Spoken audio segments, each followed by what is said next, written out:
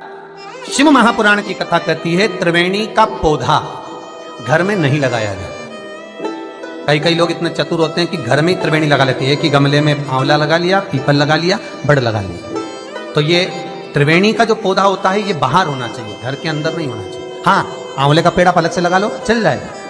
People का पौधा छोटा लगाओगे, थोड़ा समय तक, जब तक पीपल बड़ा ना हो, तुम्हारे सिर पर छाया नहीं हो, तब तक तो आप घर के अंदर लगा सकते हो। पर पीपल बड़ा हो जाए और उसकी छाया आपके सिर पर आने लगे तो उस पीपल को घर में नहीं रखना, उसको बाहर लगाओ। आंवले का पौधा आपको बड़ का पौधा छोटा हो, उसकी छाया ना पड़े, तब तक आप पूजन के लिए लगा लो, मना नहीं है। पर बाद में जब छाया सिर पे आने लगे तो बड़ को भी आपको बाहर लगाना पड़ेगा। केवल आंवले का पौधा ऐसा होता है जो घर के अंदर आप लगा सकते हो। शमी का पौधा घर में लगा सकते, पर शमी का पौधा भी जब बड़प्पन में आ जाए, बड़ा हो जाए, तब उसको भी हटाना पड़ता। शंकर भगवान को जो बेलपत्र चढ़ती है, शमी पत्र चढ़ता है, उसमें बेलपत्र का जो पौधा है वो परमानेंट कितना भी बड़ा हो जाए वो सुख देगा। पर शमी का पौधा भी ज्यादा बड़ा होगा तो वो आपको हटाना पड़ेगा, ले जाकर लगाना। छोटा है चलो, पर निवेदन है कि बड़, पीपल और आंवले की त्रिवेणी आप गमले के अंदर ना बनाओ। आप गमले के अंदर, कई माताओं की आदत है कि त्रिवेणी कहां पूजने जाएंगे, त्रिवेणी पे कहां दिया लगाने जाएंगे, तो गमले में त्रिवेणी बना लो, बड़ का पौधा भी लगा लो उसी के अंदर, उसी में आंवले का, उसी में पीपल। वो शिव महापुराण वर्णन नहीं करती। त्रिवेणी बाहर,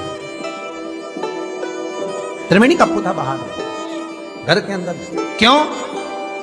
शिव महापुराण की कथा में स्पष्ट कहा गया, जहां त्रिवेणी का पौधा गमले के अंदर होता है वहां उस स्थान पर महाराज कहीं ना कहीं क्लेश का भाव होता है, उस घर में शांति नहीं होती। क्यों? तो उसका भी व्याख्यान गरुड़ पुराण में कहा गया। क्या वर्णन किया गरुड़ पुराण में? कि जब जीव आत्मा को लेकर आया जाता है, सारे सुख दुख सब भोगने के बाद में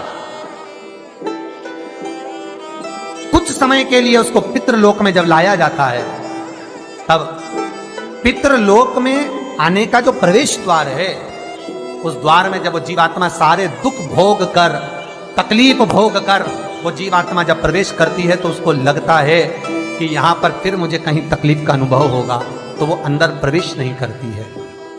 त्रिवेणी का जो पौधा होता है, उसी पौधे के नीचे वो जीवात्मा कुछ देर विश्राम कर लेती है।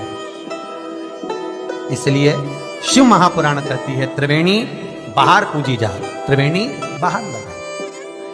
पर त्रिवेणी का पौधा घर के अंदर गमले में रहेगा। जीवात्माओं को जैसे दुख का भान होता है तो विश्रांति लेते हैं, तो आहूत पितर वासुक, जो प्रेत योनि में भटकने वाले भी जीव होते हैं, वो त्रिवेणी के नीचे कुछ समय के लिए विश्राम लेते हैं। विश्राम महाराज विश्राम। तो शिव महापुराण में और गणेश पुराण के अंदर एक बहुत सुंदर प्रसंग, गणेश पुराण में जैसे दुर्गा का प्रसंग कहा गया है, कल उस प्रसंग को थोड़ा वर्णन करेंगे गणेश पुराण के, कि कौन सी दुर्गा किस चीज के लिए लाभदायक है। तो गणेश पुराण में शमी के जो पत्ते का वर्णन करा गया, तो उसमें स्पष्ट कहा गणेश पुराण में कि यदि एक लोटा पानी, एक कलश जल, उसमें चंदन घोलकर, अक्षत के 5 दाने और पीपल के 2 पत्ते उसमें डालकर शमी के पेड़ के ऊपर उस जल को समर्पित कर कर आप अपनी कामना बोलकर जिस कार्य के लिए जाते हैं, वो कार्य मात्र 3 दिन में सफल हो जाता है। मात्र 3 दिन लगे। गणेश पुराण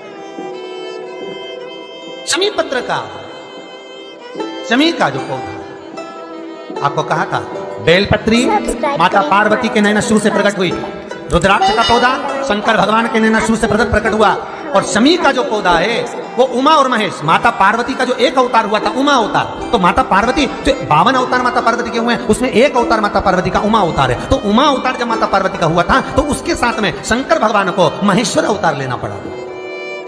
महेश्वर अवतार भगवान शंकर ने लिया। तो उमा और महेश्वर का जब मिलन हुआ था, उस मिलन के दृष्टिकोण से, उस मिलन की दृष्टि से शमी का पौधा उत्पन्न। शंकर भगवान की जो जलाधारी है, बस उस जलाधारी का मुख उत्तर का होना चाहिए। घर में भी अगर शंकर भगवान का शिवलिंग रखते हैं अपन, तो शंकर जी की जो जलाधारी का मुख होता है वो उत्तर का होना चाहिए। उत्तर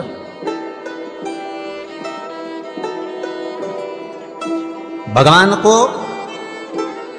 जब भी बेलपत्र आप शिवलिंग पर समर्पित करते हैं तो ये डंडी का मुख आप जहां बैठकर कर रहे हो, आप उधर बैठे हो, इधर बैठे हो, इधर बैठे हो, जहां तुम भगवान शंकर के सामने बैठे हो, इस डंडी का मुख तुम जिस जगह पर बैठकर बेलपत्र समर्पित कर रहे हो, तुम जिस जगह बैठकर बेलपत्र चढ़ा रहे हो, तुम जिस जगह बैठकर बेलपत्र को भगवान शिव को समर्पित कर रहे हो, इस डंडी का मुख आपके ठीक विपरीतता के भाव में होना चाहिए। भगवान शंकर को जहां बैठकर चढ़ाओ, डंडी का मुख विपरीतता। महाराज जब शमी पत्र भगवान शंकर को समर्पित करो तो शमी पत्र की डंडी का भाग आपकी ओर होना चाहिए। बेलपत्र की डंडी विपरीता भाव और शमी पत्र की डंडी का भाव, शमी पत्र की जो डंडी होती उसका भाग अपनी ओर होना चाहिए। यह बटकेश्वर महादेव कोई साधारण नहीं है महाराज। अदालत में केस चल रहा हो, प्रशासनिक कोई परेशानी आ रही हो, कोई एग्जाम निकल नहीं रहा हो, कोई केस अदालत में चल रहा है, नहीं निपट रहा, बड़ के पेड़ के नीचे शिवलिंग का निर्माण करिए और शिवलिंग का निर्माण कर कर पूजन कर कर घी का घृत का दिया लगाकर दही चढ़ाइए। उस दही को वापिस हाथ से चम्मच में निकाल लीजिए। उस दही रख लो, शिव जी की पूजन अर्चना कर कर भगवान भोलेनाथ के शिवलिंग का विसर्जन कर आओ। दही जो चम्मच में निकाला है उसको एक रुमाल में लगा लीजिए, चाहे स्वस्तिक बना लो, चाहे छापा लगा लो, बिंदी लगा लो। उस रुमाल को जिस एग्जाम में बैठ रहे हो उसमें जेब में रखकर ले जाइए। अदालत जा रहे हो तो उसको अपनी जेब में रखकर लेकर जाइए। महाराज बटकेश्वर महादेव का पूजन, बटकेश्वर महादेव का स्मरण, बटकेश्वर महादेव की आराधना, बटकेश्वर महादेव का नाम जाप, बटकेश्वर महादेव की अर्चना फल दे। बटकेश्वर सुख प्रदान करती है, आपके जीवन का आनंद प्रदान कर देती है, आपके जीवन का आनंद फल देती है।